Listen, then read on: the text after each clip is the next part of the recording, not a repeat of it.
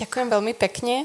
Je to super, že môžem ísť rovno po Euke, lebo Euka ako prednášala, tak som si uvedomila, že sme tam mali veľa prienikov a že teraz budem môcť na to tak dobre nadviazať. Ja len možno k takému harmonogramu vám poviem, že táto prednáška bude trvať ešte nejakých 45 minút a potom už bude prestávka na coffee break, tak verím, že to spolu ešte zvládneme aj s vašou pozornosťou. Tým, že tá prvá prednáška bola naozaj hutná, tak sa budem snažiť, aby v tejto časti sme sa trošku viac dotkli aj takých nejakých vašich praktických skúseností, aby sme mohli trošku viac rozmýšľať o konkrétnych deťoch, s ktorými vy pracujete. A ja by som rovno začala aj tým, že teraz vás na chvíľočku tak pozvem, že skúste si teraz v mysli predstaviť jedno dieťa, s ktorým pracujete alebo s ktorým sa nejakým spôsobom vyčerpávate, s ktorým zažívate možno častejšie, pravidelne, alebo sa vám stalo, že ste zažili nejakú situáciu, ktorá vás fakt veľmi frustrovala a veľmi vyčerpávala. Skúste si len tak možno z posledného obdobia predstaviť. A teraz pri tej situácii chvíľočku zostaňte a skúste si len tak preskúmať sami v sebe, že čo je to, čo vás na tom prejave najviac frustruje. Čo sa tam deje v správaní toho dieťaťa? Čo je to, čo vás vyčerpáva? Skúste si to tak len nejako pre seba teraz pomenovať. A teraz sa na chvíľu spojite ešte s tým, čo sa deje vlastne vo vás. Ako sa pri tom vy cítite, keď ste v takej interakcii náročnej s dieťaťom. Možno ste si pomenovali teraz nejaký pocit a teraz ešte skúste trošku viac to preskúmať. Ak ten pocit cítite, tak kde v tele ho dokážete zachytiť? Či je to nejaké stres, napätie, frustrácia, strach, bezmocnosť, alebo zvedavosť, nadšenie, alebo smútok. Keby ste to teraz zosilnili, kde najviac v tom tele to dokážete zachytiť, že toto cítite?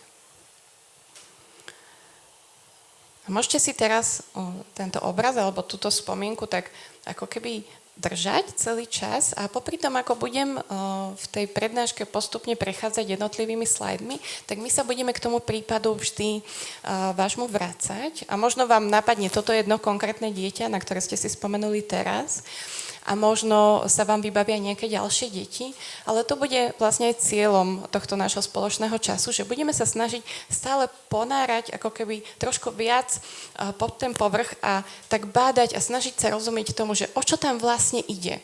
Čo je vlastne to, čo sa v tom celom deje. A tým, že vlastne celú túto konferenciu sme poňali tak inkluzívne a veľa sa bavíme o tej neurodivergencii, neurodiverzite, tak toto je niečo, čo vám v podstate už aj Euka ukazovala, hej, že to sú rôzne tie prejavy tej neurodiverzity. Možno by som ešte pridala to, čo Euka nespomenula, že to môžu byť nie len tie klasické deti, hej, ktoré poznáme, že hneď si to vieme zaradiť, že tie poruchy autistického spektra, nejaké genetické syndromy, Downov syndrom a tak ďalej, ale že to kľudne môžu byť aj deti s vysokou citlivosťou. Hej, to je taký fenomén, o ktorom sa v poslednej dobe viac hovorí, že to môžu byť niektoré aj druhy nadaných detí a podobne, hej, od ADHD, nejaké traumatizácie, poruch učenia a podobne a ďalej a tak ďalej. A vlastne ešte sa len vrátim k tým pojmom, že keď budem ich aj ja v tejto prednáške vlastne používať, hej, že iba shrniem to, čo aj Euka hovorila, že keď sa bavíme o nejakej neurotypickosti, tak to je vlastne spôsob fungovania mozgu, ktorý zodpovedá nejakým väčšinovým, vývinovým a kognitívnym normám proste v spoločnosti. To je proste väčšinová, povedzme, spoločnosť, ľudia, ktorí spracovajú nejaké informácie, komunikujú a reagujú spôsobom, ktorý je najčastejší. A keď sa budeme baviť o tej neuroatypii, tak je to vlastne nejaký odlišný spôsob fungovania mozgu oproti tej väčšine. A keď sa bavíme o neurodiverzite ako takej, tak to je vlastne koncept, ktorý chápe tú neurologickú rozmanitosť ako niečo, čo je prirodzená súčasť tej variability ľudskej populácie. Hej, že proste takáto je naša realita, že takto to naozaj je. Aj vy vo vašej praxi, keď pracujete s deťmi, tak sa určite stretávate s tým, že mnohé z nich proste majú nejakú inakosť. Či už v tom, ako tvoria vzťahy, v tom, ako komunikujú, v tom, ako prežívajú emócie, v tom, ako sa s tým vysporiadávajú a podobne. Je to niečo, čo tu máme. Ale kedy to začína byť vlastne otázkou, ktorú potrebujeme riešiť, alebo nejakým problémom, s ktorým rodičia začínajú prichádzať napríklad aj za mnou ako za terapeutkou. Tak začína sa to stávať témou vtedy, keď niektorý z tých prejavov je tak náročný, že zasahuje potom kvalitu života toho dieťaťa alebo celej rodiny, alebo kvalitu fungovania napríklad toho dieťaťa v kolektíve, s rovesníkmi, s kamarátmi a podobne. A to, čo častokrát môže byť také náročné a to, čo vidíme navonok, môžu byť nejaké prejavy správania. Hej? Ako jedna z najčastejších vecí, s ktorou rodičia chodia aj do terapie. Hej? Dieťa má výbuchy hnevu, veľmi silné, veľmi intenzívne, nevieme čo s tým. Hej? Dieťa má impulzívne reakcie, častokrát môže mať, v škôlke, hej? Že také prejavy impulzivity, že niekoho atakuje, niekoho len tak buchne, strčí, kopne. Mali sme dievčatko v škôlke, ktoré v impulze proste niekomu vytrhlo trz vlasov. Hej? A to nebolo ako prejav nejakej zlovôle, hej, alebo nejakej nevýchovy. To bola proste nejaká impulzívna reakcia, ktorú to dieťa v tej chvíli nevedelo ovládnuť. Hej, môže to byť vzdor a odmietanie spolupráce s nejakým dospelým. U detí z ADHD veľmi často to môže byť nejaké vyrušovanie, skákanie do rečí, hej, čo pre tých ako dospelých učiteľov, sprievodcov častokrát môže byť veľmi vyčerpávajúce. Hej, alebo niekedy máme pocit, že tie deti nás ignorujú, že nevnímajú proste to, čo im hovoríme. Hej. U niektorých detí sa môže prejavovať to, že klamú alebo zľahčujú nejaké situácie. Niekedy potom máme ako keby tendenciu tak moralizovať, hej, a dávať tomu nejaké morálne súdy, že toto je správne, nesprávne. Čo je samozrejme ako súčasť tej práce, hej, že my tie deti potrebujeme vychovávať. Ale to, prečo o tom ja dneska hovorím, je, že chcem, aby sme sa pozreli, čo za týmito všetkými prejavmi je. A samozrejme tieto prejavy v tom správaní, s nimi sa môžeme stretnúť u všetkých detí. Ale niekedy práve u tých detí s tou odlišnosťou alebo s tou neuroatypiou sa u nich stretávame o niečo viac alebo o niečo výraznejšie. Hej, alebo jeden z takých typických prejavov, taká veľmi intenzívna potreba kontroly. Hej, že tie deti ako majú potrebu kontrolovať všetko od toho, čo si smú obliecť, čo si nesmú obliecť. Majú len jeden typ oblečenia, ktorý sa smie nosiť. Od toho, čo budú jesť, čo nebudú jesť, aký musí byť režim dňa. Hej, že netolerujú žiadne ako keby odchýlky od toho, čo oni nejakým spôsobom si tak predstavia, že takto to teraz musí byť. Hej, ale aj toto všetko bude mať nejakú príčinu. No a my psychológovia teda veľmi radi používame ľadovce, takže samozrejme ja som si jeden pripravila. A to, čo som teraz popisovala z veľkej miery, bolo to, čo u tých detí najčastejšie vidíme. Hej, že to je ten vrchol ľadovca, to je to správanie, to je to, na čo potom aj najčastejšie reagujeme, cez čo sa snažíme vychovávať, cez čo dávame nejakú spätnú väzbu, správne, nesprávne, buď to oceníme, vyzdvihneme, alebo dávame nejaké konsekvencie.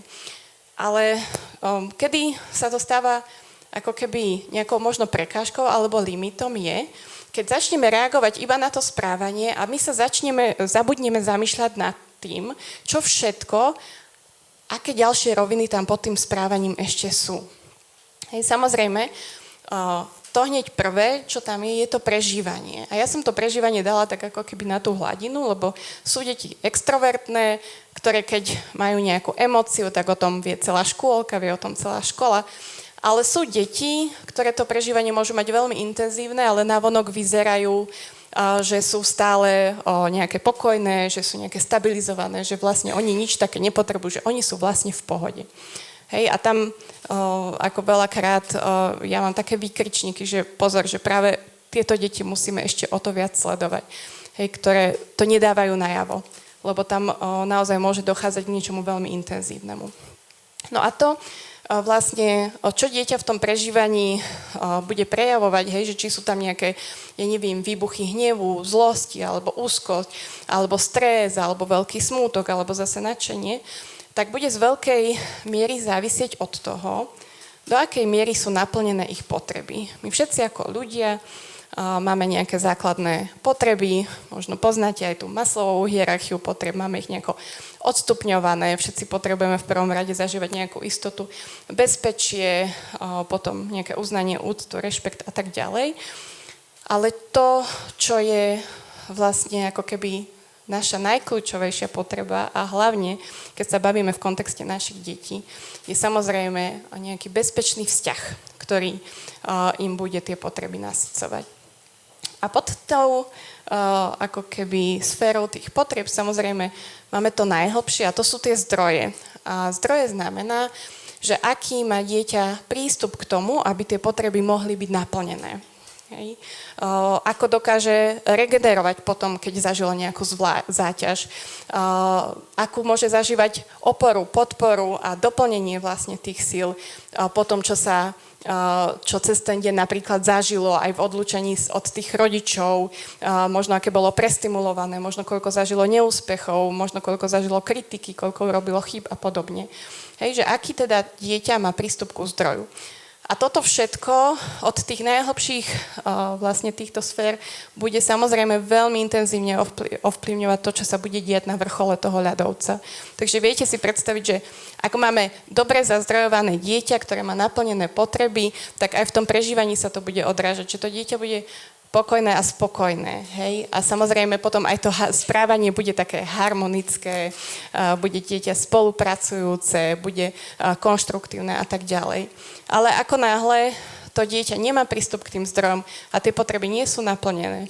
A samozrejme vieme, že u tých neurodivergentných detí to ani nie je možné vždy mať k dispozícii také zdroje, aby boli tie potreby neustále naplnené. Presne ako Evka hovorila, hej, že ten rodinný systém možno ešte naveľa proste dokáže naozaj urobiť proste nejaké zázračné opatrenia, aby tomu dieťaťu to vyskladali tak, aby to zvládlo, ale ako náhle opustí ten mikrosvet, tak už to tak nie je a ten svet funguje inak. Takže samozrejme, že keď tie potreby potom nie sú naplnené, tak sa to bude odrážať aj v tom prežívaní a bude sa to odrážať aj v tom správaní. Keď sa pozrieme na tú rovinu toho prežívania alebo tých emócií, čo by som tak chcela možno vyzdvihnúť. Hej, toto zase sú veci, ktoré zažívajú všetky deti. Ale je dôležité si uvedomiť, že tie deti, ktoré zažívajú nejaký typ inakosti, tak ich budú zažívať ešte v oveľa väčšej a intenzívnejšej miere. Veľmi často to môže byť pocit osamelosti. Hej, že pocit, že nikam nepatrím, ostatní mi nerozumejú, že som iný ako ostatní, inak vnímam veci, inak tvorím vzťahy, neviem sa tak zapájať do hier. A takýto pocit môže mať dieťa s autizmom a takýto pocit môže mať aj nadané dieťa. Hej, ktoré proste myslí nejakým iným spôsobom a nedokáže proste v tej skupine nenájsť nikoho,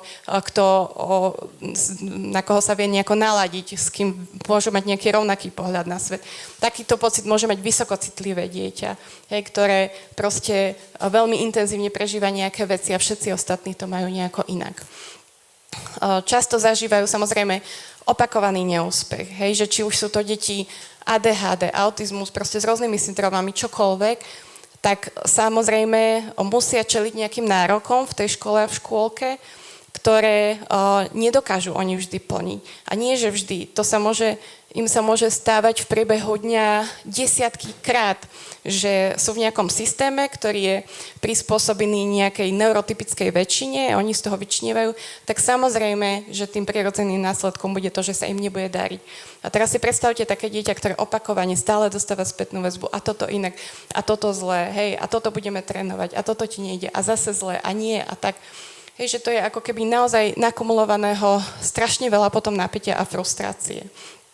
Hej, samozrejme, tie deti vnímajú, že mám nejaký typ inakosti, hej, že som iný ako tí ostatní, že už aj to ma nejakým spôsobom vyčleňuje z tej skupiny. A čo je veľmi také ako silné a môže to byť až veľmi niekedy toxické, to, akú mieru hanby deti zažívajú. Tá hanba je jedna z takých emócií, ktoré naozaj dokážu jadrovo ovplyvňovať náš sebaobraz. Hej, to je nejaký pocit, že nie som dosť dobrý. A tie deti, ktoré neustále v tom dialogu s tým svetom dostávajú spätnú väzbu, že zase mi niečo nejde, zase som niečo vyparatil, zase som niekoho buchol a tak ďalej, tak aj keď to navonok neprejavia, hej, že sú z toho nejaké, ja neviem, smutné, alebo že sa ich to nejako dotýka, tak verte tomu, že v tom vnútri sa toho deje strašne veľa a že tým deťom, a ja to tým, že v terapii mám možnosť s nimi pracovať a ideme tak viac do hĺbky, tak 95% detí, ktoré zažívajú nejakú inakosť, tak majú niekde vnútorný pocit, že je to kvôli tomu, že ja som zlý. A tí ostatní sa na mňa stále tak často hnevajú kvôli tomu, že ja som zlý.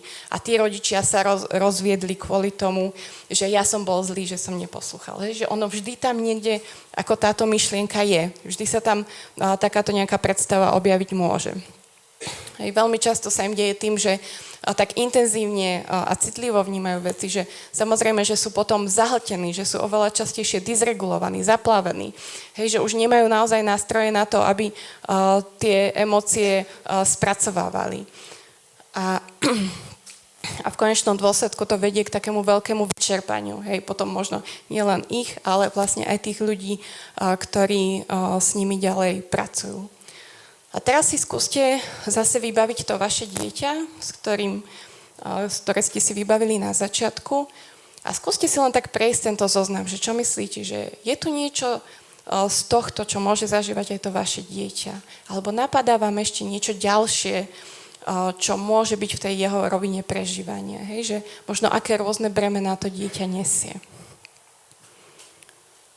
A skúste si len tak na malú chvíľku predstaviť, že keby ste vy boli v koži takéhoto dieťaťa, hej, že neustále proste zažívate takéto pocity, neustále dostávate tú spätnú väzbu z okolia, že treba to robiť inak, není to dosť dobré. Hej, že čo by to s vami robilo? Hej, že to je obrovské bremeno, to je obrovská záťaž. Samozrejme, že tie deti to nevládzu niesť, že na to potrebujú pomoc, na to potrebujú podporu. Hej. Kedy sa vlastne tie emócie naozaj stávajú problémom. To je už ten bod, kedy tí rodičia začínajú vyhľadávať terapeuta, kedy tie školy a škôlky už začínajú volať tých rodičov na tú konzultáciu. Hej, že niečo sa deje, treba s tým robiť. Hej, a veľmi častokrát, keď aj prídu za mnou tí rodičia, hej, presne s tým, že to dieťa má výbuchy hnevu a zlosti, hej, že chcem, aby ich nemalo. Hej, že OK, ale že to není problém per se, že to není len ako izolovaný nejaký prejav, že to dieťa má výbuchy zlosti. Hej, a že teraz budeme nejakou technikou pracovať na tom, aby dieťa tie výbuchy zlosti nemalo. Hej, že my sa vždy potrebujeme pozerať na celý ten ľadovec, že čo je vlastne za tým, že aj tie výbuchy zlosti sú nejakým dôsledkom alebo nejakým prejavom niečoho, že my potrebujeme vždy sa dostať k tej príčine, čo za tým je. Ale niekedy, keď sme v tej každodennej praxi, v tej realite, a samozrejme aj vy, keď máte proste v triede strašne veľa detí, tak samozrejme na to nie je priestor sa u každého ako keby takto ponárať a analyzovať a hľadať tie príčiny. A zároveň, keď to nerobíme, tak sa nám potom veľmi často stáva, že sa dostaneme do slepej uličky, lebo reagujeme na nejaký konkrétny prejav, ale neriešime príčinu a možno ten prejav sa nám podarí zastaviť niekde, ale ono to vykúkne zase niekde inde.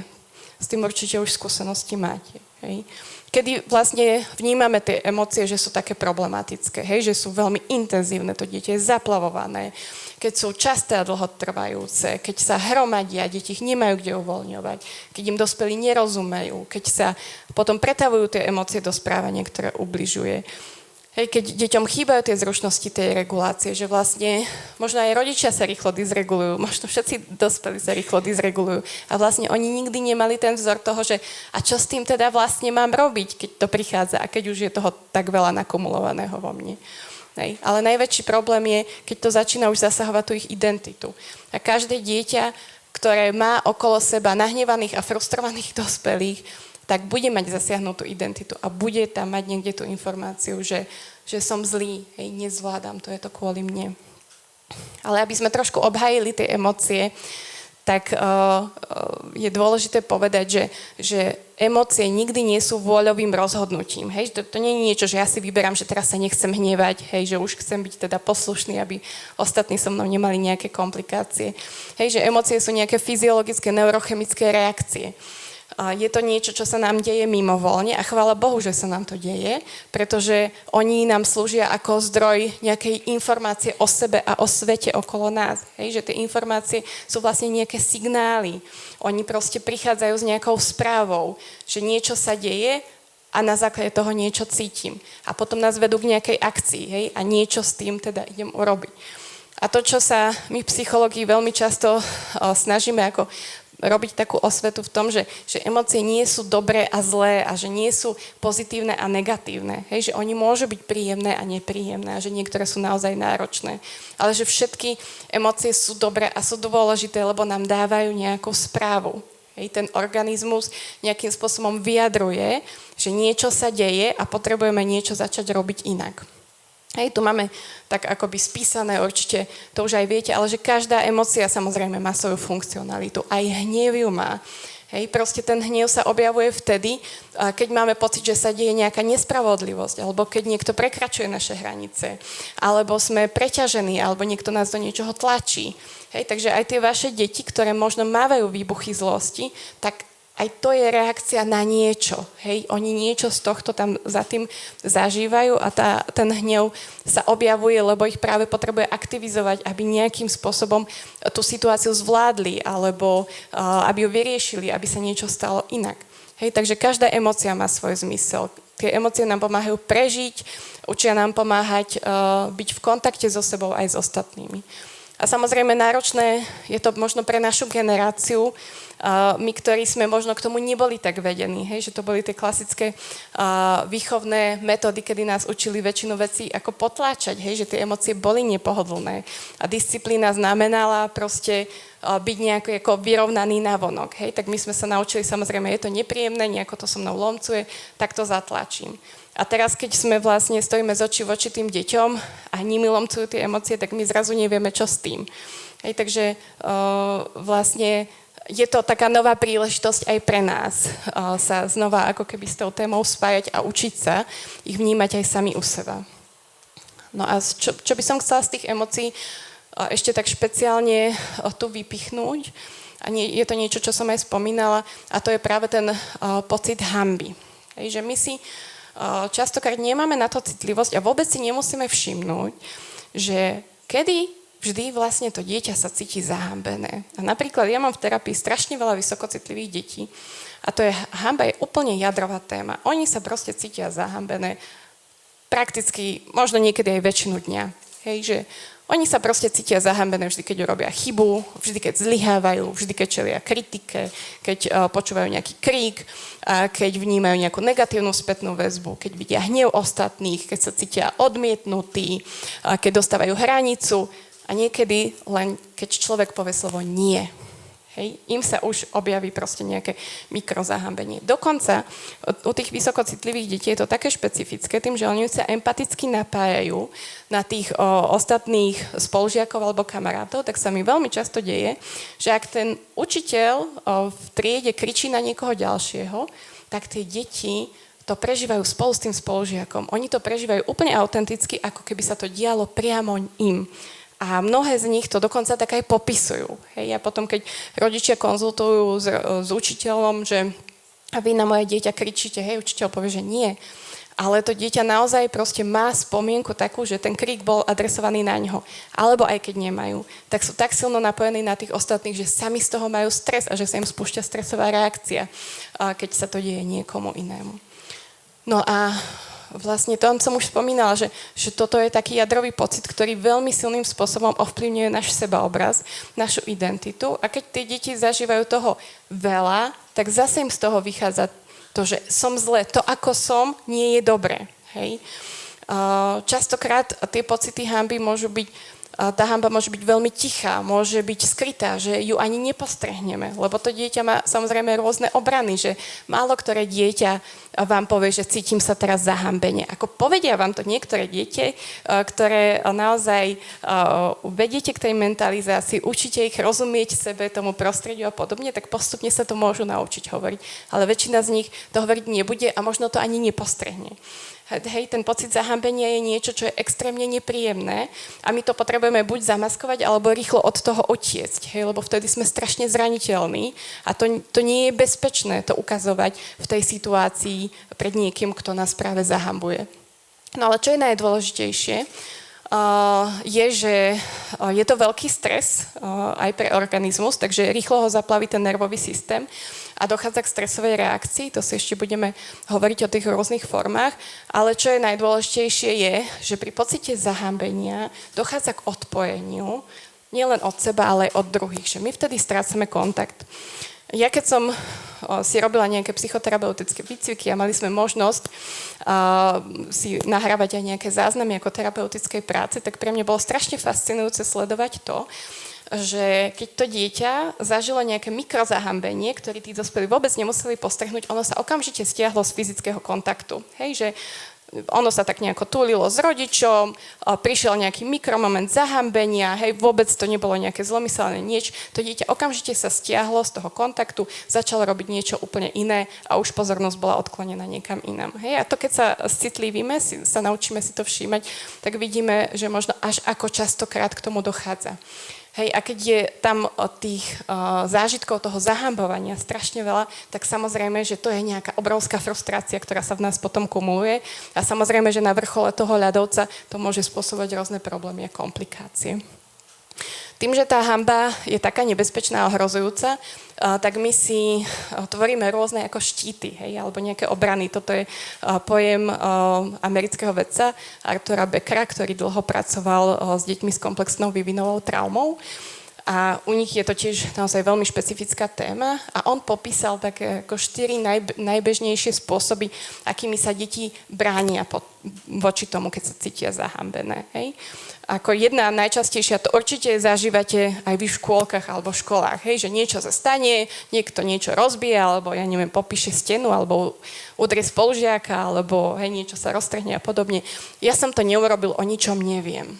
Hej, to je prvá ako keby potreba možno poprieť to rýchlo utiecť pred tým ako keby ortielom, hej, že nejakého obviňovania alebo zahambovania a podobne. Hej. Proste je veľmi ohrozujúce byť s tým v kontakte a priznať sa. A tam ako čím sú to menšie deti, tak tým menej sa snažíme ísť do nejakého takého moralizovania, hej, že ešte im tak naložíme, nielen, že si to urobila, ale ešte aj klameš a tak ďalej. My potrebujeme pochopiť, že to dieťa je vtedy v extrémnom strese a pre ňoho nie je bezpečné ako keby odhaliť to pred tým, ktorý ho obviňuje, že a teraz som zlyhal. Hej. Druhý z tých štítov môže byť obviňovanie. Hej, nie, ja som to urobil, to on urobil, videl som niekoho a tie deti si začnú doslova vymýšľať. Hej, alebo zľahčovanie, že nebolo to až také zlé a veď to nevadí, kúpime novú a tak ďalej. Alebo proste ten ďalší štít môže byť, že deti vybuchnú do hnevu, hej, že vždy obviňuješ len mňa, že ty si taká zlá, vždy za všetko môžem ja a tak ďalej.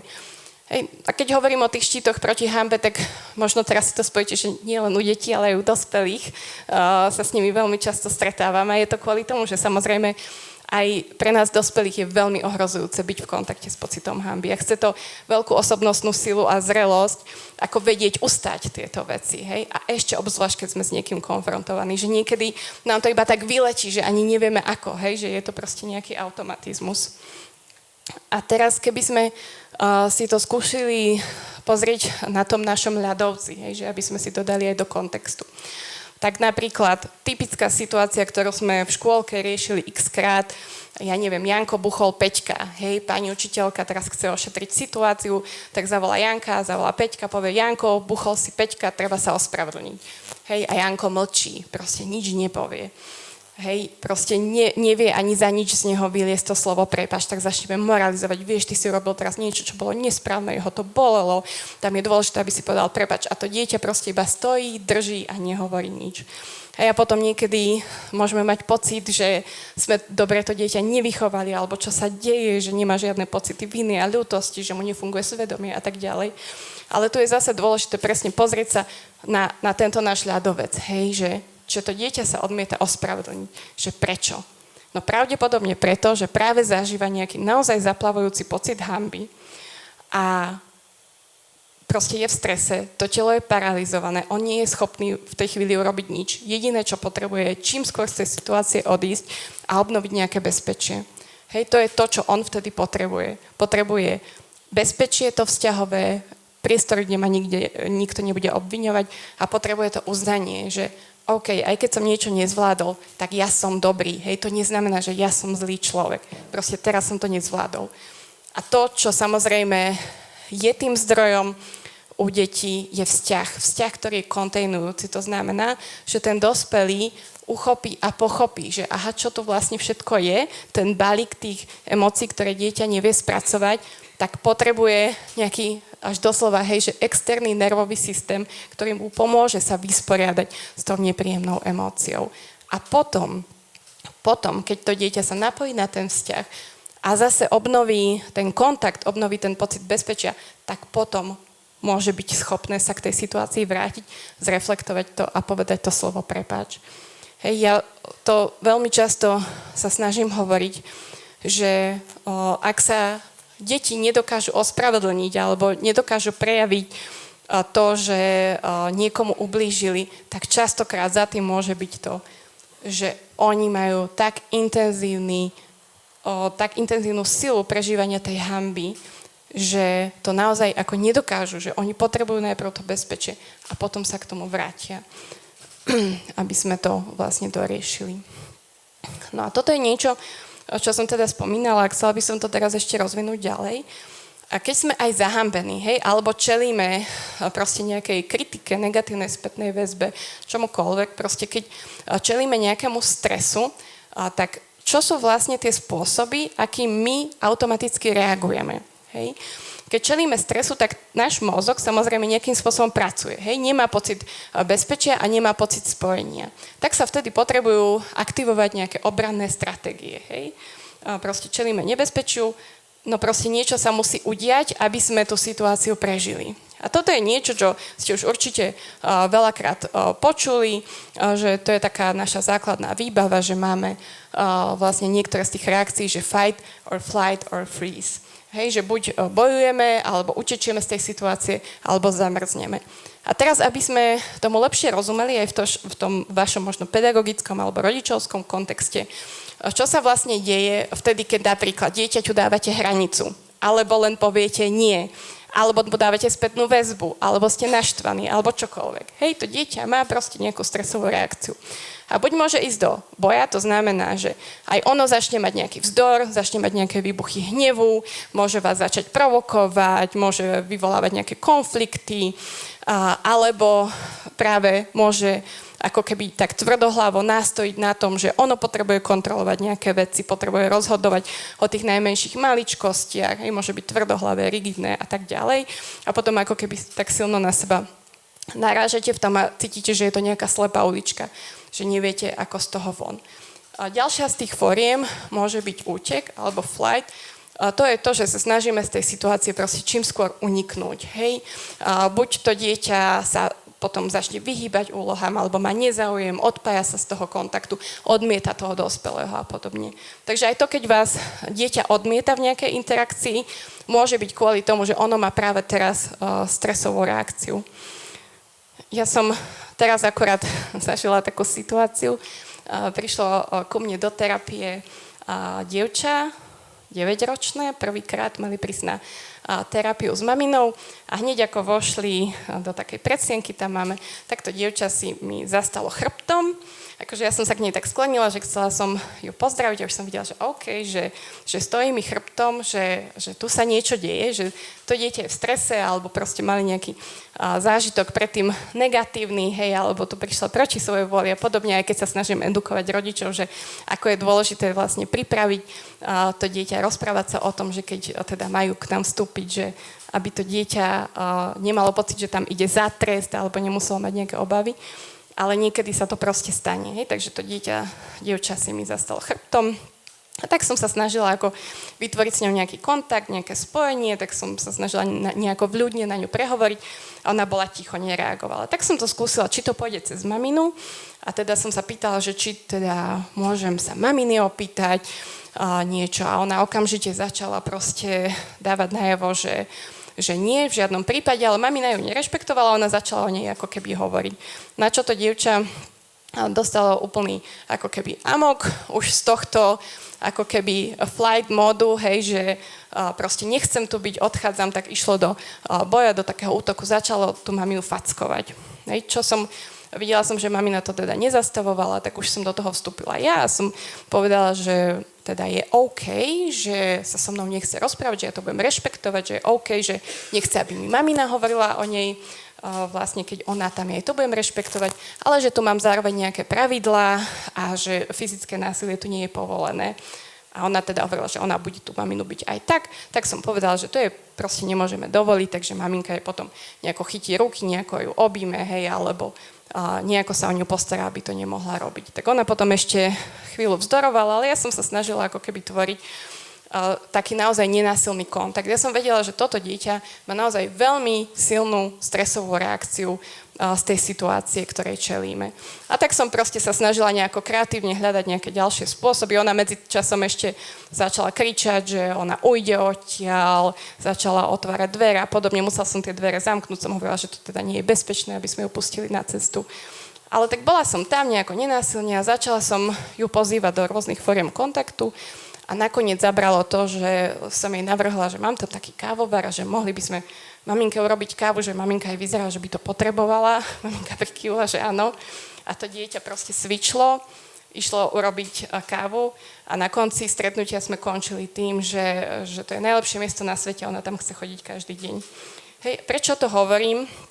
Je to, že keby som začala na to dieťa v tej chvíli reagovať, že to dieťa je nevychované, to dieťa, hej, začala by som útočiť na maminu, že nevie sa ani pozdraviť, ako ste s ňou pracovali, prečo nechce komunikovať a začala by som na to dieťa ísť nejakým nátlakom, tak by som ešte viac posilnila ten stres, ktorý to dieťa zažíva a ešte viac by sa zablokovala. Hej, a nikam by sme sa nepohli, bola by to slepá ulička. Ale ja som potrebovala pochopiť, že to dieťa má jednoducho strach. Hej, má strach, má možno nejaké očakávanie a tak ďalej a že my potrebujeme vytvoriť nejaké bezpečie. A tým, že som samozrejme bola pevná v tom, že som dala nejaké hranice, že násilie nie, utekať vonku nie, ale zároveň rešpekt áno, bezpečie áno a mám záujem o kontakt s tebou, aj keď pre teba je to stres, tak vďaka tomu sa to podarilo. Hej, a to je vlastne niečo, kde mi naozaj pomohlo poznať tú teóriu za tým, aby som vedela správne reagovať. No potom ďalšia z tých reakcií, ktorú môžeme mať v takej stresovej situácii, je zamrznutie. Hej, to je to freeze. To je to, keď niektoré deti zostanú zrazu také paralizované, hej, že sa nehýbú, prehovoríte na nich a oni sú ticho a proste žiadna reakcia. Pre niektoré deti, napríklad so selektívnym autizmom, môže byť stresujúce už len to, že na nich niekto prehovorí. Hej, niekto sa im pozdraví a tie deti proste stuhnú. Hej, vyzerá, že ako keby nejako vypli, hej, že zrazu sú také pomalé, hej, za tým je samozrejme nejaký pocit bezmocnosti.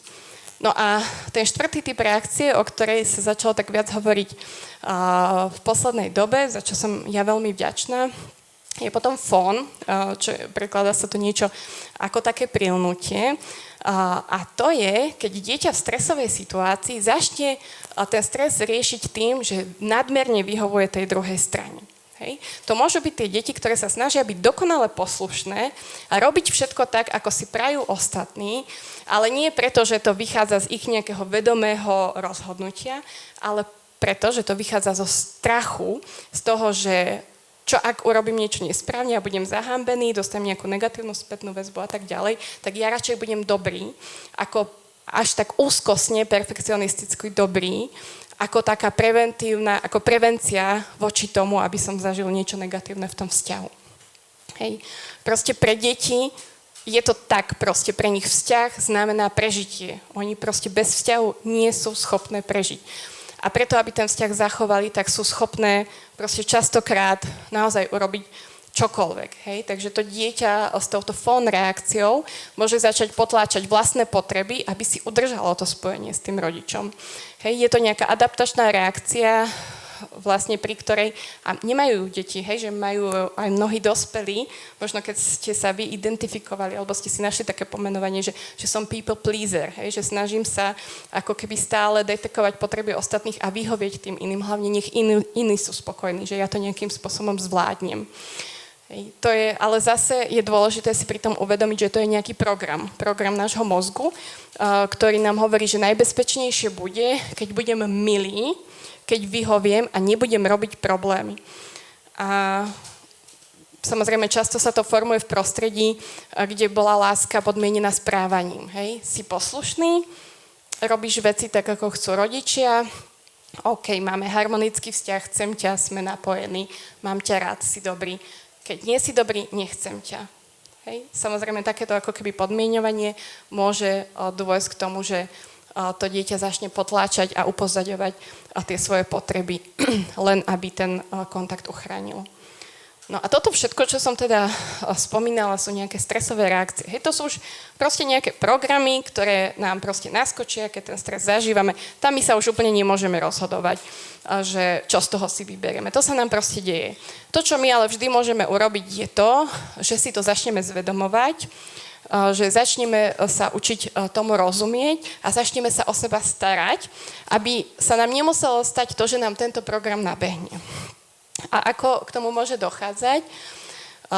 Napríklad cez to, že si posilňujeme alebo rozširujeme naše okno tolerancie, to je zase taký koncept Dana Siegla. Katka o tom bude hovoriť viac v ďalšej prednáške, ale aby som vám to len tak nejako načrtla. Hej, že to okno tolerancie je vlastne nejaký rozsah, v ktorom my dokážeme zvládať stres, v ktorom dokážeme byť napojení na seba, cítiť, reagovať primerane, reagovať racionálne. Hej, že je to ako keby naozaj tá najlepšia verzia nás samých, kedy sme uvoľnení, pokojní, máme prístup ku kreativite, ku našmu intelektu a dokážeme naozaj vedomé, slobodne sa rozhodovať a konať.